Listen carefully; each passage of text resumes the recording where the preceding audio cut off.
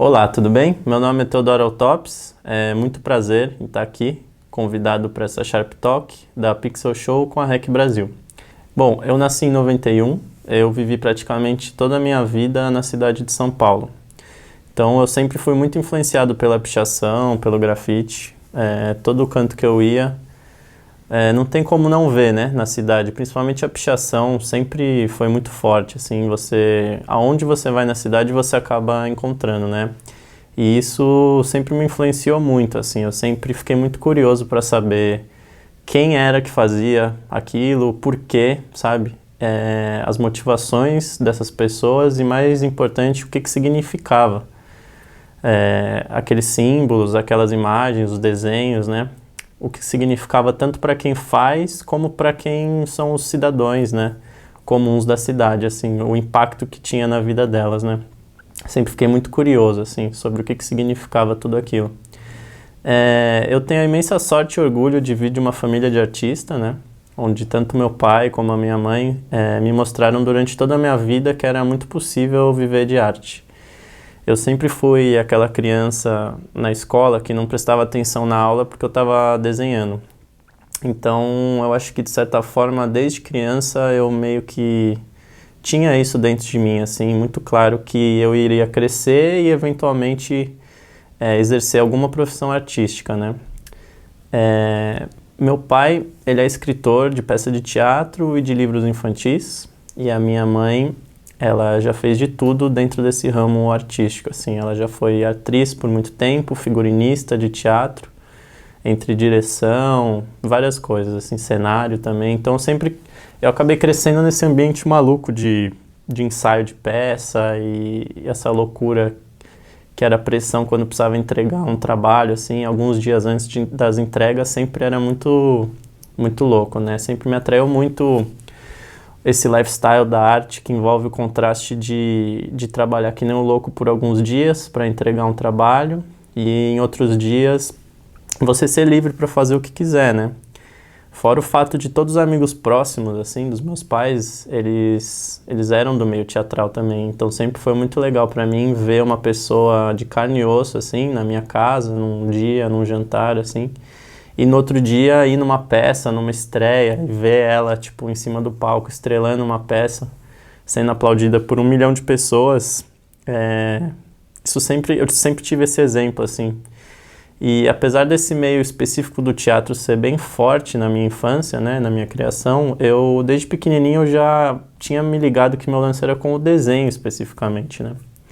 Então, eu nunca de fato considerei ser ator ou ir para alguma profissão do meio teatral que não envolvesse desenho.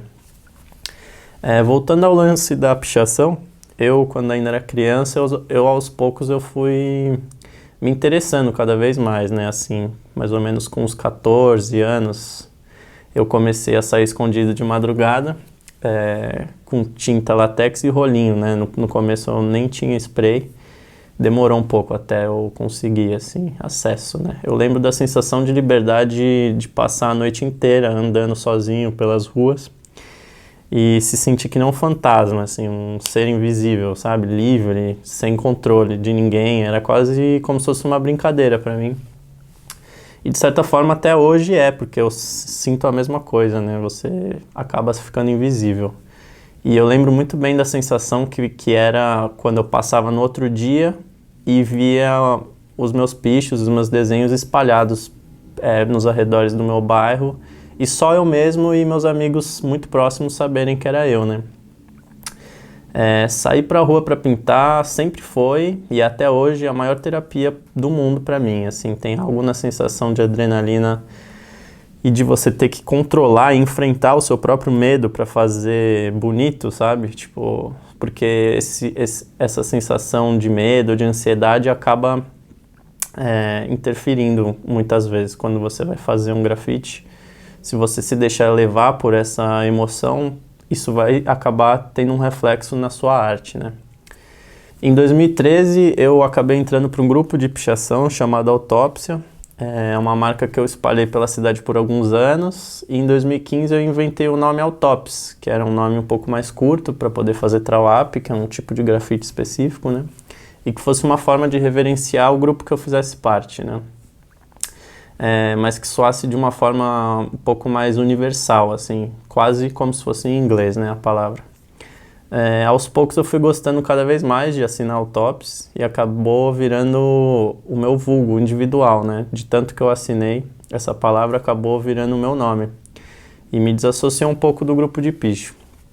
Com o decorrer do tempo, assim, um pouco de amadurecimento também, eu fui percebendo que a sensação vivida quando eu estava pintando, assim, quando eu pinto na rua, é uma coisa praticamente sagrada e que era muito mais relevante para mim a vivência em si do que necessariamente mostrar o resultado na internet, né, como se faz tradicionalmente, assim, todo mundo que pinta praticamente. Aí eu fui entendendo que seria mais importante para mim meio que distanciar o grafite um pouco da minha produção artística, onde eu pudesse de alguma forma assim deixar algo tão pessoal e especial para mim que é o grafite ser apenas meu lifestyle e que eu conseguisse explorar profissionalmente uma outra linguagem, uma outra estética que não o grafite, né? E aí eu acabei tendo essa ideia de desenhar cartoon.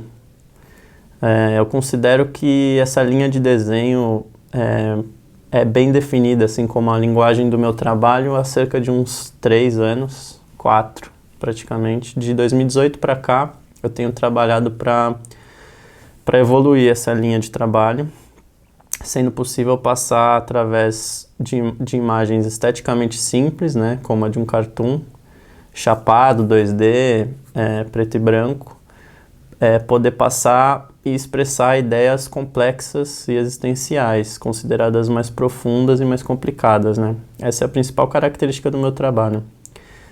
Usar uma estética minimalista para expressar assuntos profundos. Anteriormente a isso, eu já desenhava cartoon, mas sem uma cara própria. Eu fazia um desenho, aí o próximo que eu fazia já saía com uma cara completamente diferente, e eu usava cores também, que já descaracteriza bastante do trabalho que eu faço hoje em dia, né? Eu acredito que mesmo de uma forma inconsciente eu estava pesquisando e testando referências para encontrar o meu estilo próprio. As minhas principais referências são o Crumb e o Kino. E daqui do Brasil, quem eu mais me identifico é o Milor Fernandes. Nossa, ele é foda. Eu fui numa exposição dele, acho que em 2018, no Instituto Moreira Salles, e estava lá compilado centenas de seus desenhos, né?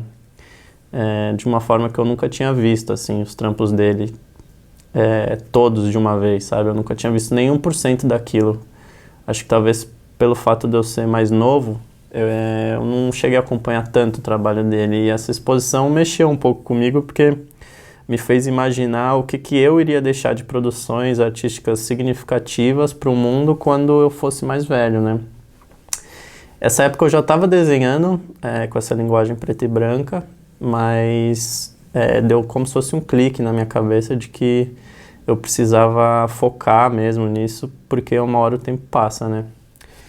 Enfim, me inspirou muito essa exposição e depois pesquisar mais sobre o trabalho do Milor e dos outros quadrinistas brasileiros também. Eu, pessoalmente, eu gosto muito mais do tipo de arte que tem uma mensagem profunda por trás da produção. Eu adoro quando uso ironia e sarcasmo, por exemplo, para fazer uma crítica, né? A arte, pela mera estética, nunca me atraiu muito, fica um pouco vazio, na minha humilde opinião, né? Vira decoração, assim. Produzir um trabalho, hoje em dia, eu acho que é uma grande responsabilidade, porque você está trazendo algo para o mundo, né? Você pega algo que está dentro da sua cabeça, no plano das ideias, e você materializa isso, né? Trazendo para o mundo real. Ou seja, você acaba sendo um instrumento onde você coloca ela no mundo, né?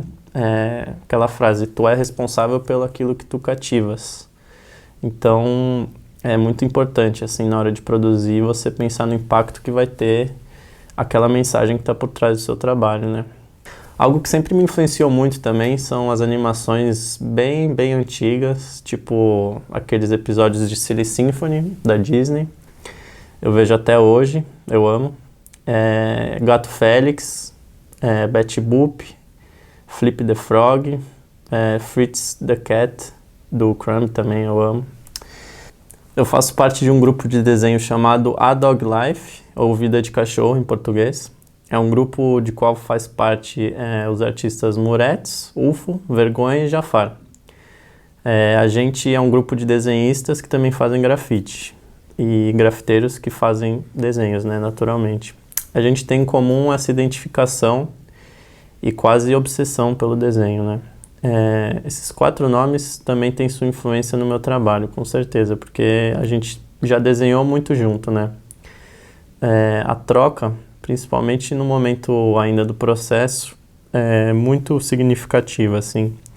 Você ter pessoas que você confia para mostrar um trabalho quando está quase pronto e poder ter algumas opiniões de fora, isso vale ouro para mim.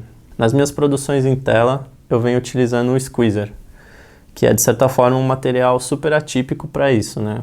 Eu amo o peso marcante que dá para os meus traços e é uma ferramenta que combina muito com o meu trabalho. Essa ferramenta, na verdade, originalmente é utilizada quase que 99% para fazer tag na rua, né? E algo que sempre me atraiu muito é o muralismo, poder fazer as coisas grandes. E é muito bom para isso, né? Eu sonho em fazer meus desenhos em estruturas cada vez maiores, tipo em pena de prédio e muros grandes. E eu também continuo produzindo no tradicional papel e caneta, né? Que foi onde eu comecei. E eu utilizo tinta acrílica para preencher o fundo e caneta normal, um pouco mais grossa, assim, mais canetinha, para fazer os traços. Esse foi o meu formato de trabalho original, né, que eu continuo usando. E é no papel que eu consigo colocar as ideias da minha cabeça para cá, né? Então, é sempre muito importante ainda o uso dele. A necessidade de trabalhar em maiores proporções tem vindo cada vez mais forte, assim.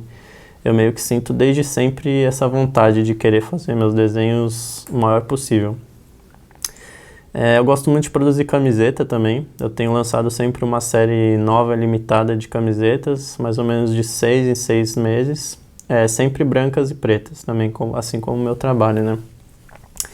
Eu considero as camisetas uma parte muito legal do meu trabalho, porque é uma coisa muito pessoal para mim, assim, a motivação em produzir essas camisetas é basicamente pelo fato de eu querer usar elas. Eu, assim, desde criança, eu sempre imaginei um mundo onde fosse possível, onde eu tivesse só camisetas que eu mesmo desenhasse. E aí, com o tempo, eu fui entendendo que isso era muito possível, assim, não é nada de outro mundo você mesmo desenhar. E ter amigos que também desenham e ir trocando, né? Em vez de gastar dinheiro com marcas que você nem sabe de onde vem. E aos poucos esse sonho tem se tornado realidade, onde eu consigo me vestir apoiando projetos similares de amigos, assim, que são desenhistas também, do Brasil e do mundo todo, assim. Tem muitos desenhistas que têm projetos similares, né? Bom, focando um pouco nessas produções de telas, é algo relativamente novo para mim, né? Eu tive a ideia de transformar os meus quadrinhos, que eram pequenos, em quadros grandes há mais ou menos 1 ano.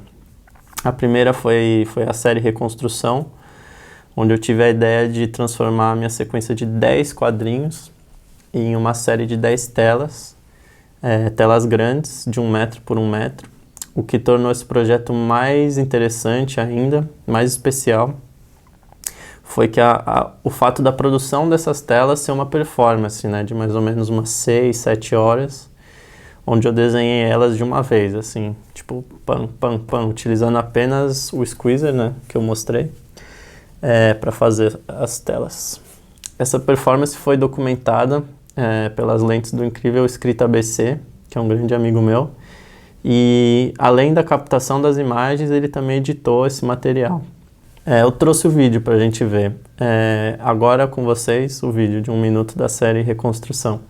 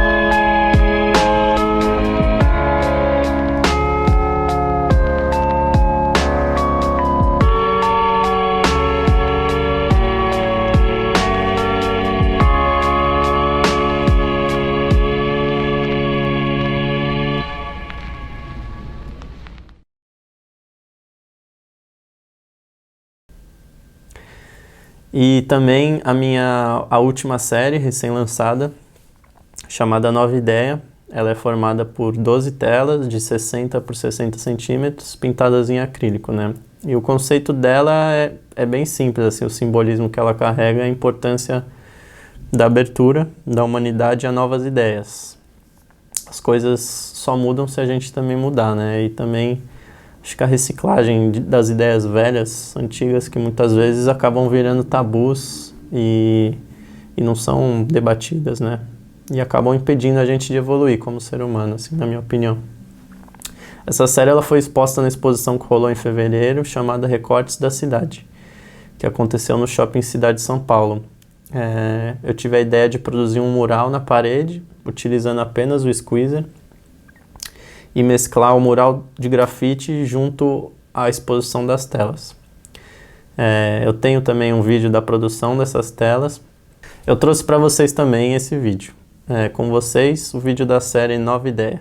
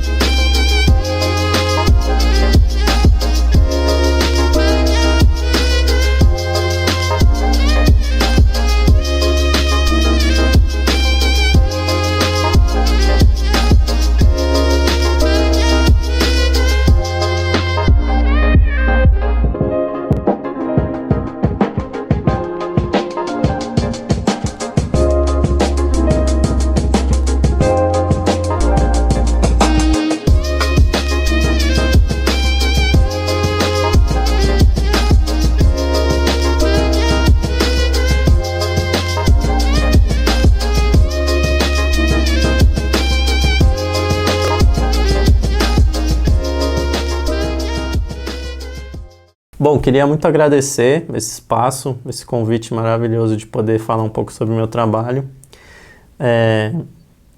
Se você quiser saber mais sobre o meu trabalho, você pode me achar no Instagram, _autops, e também no site www.autops.com.br.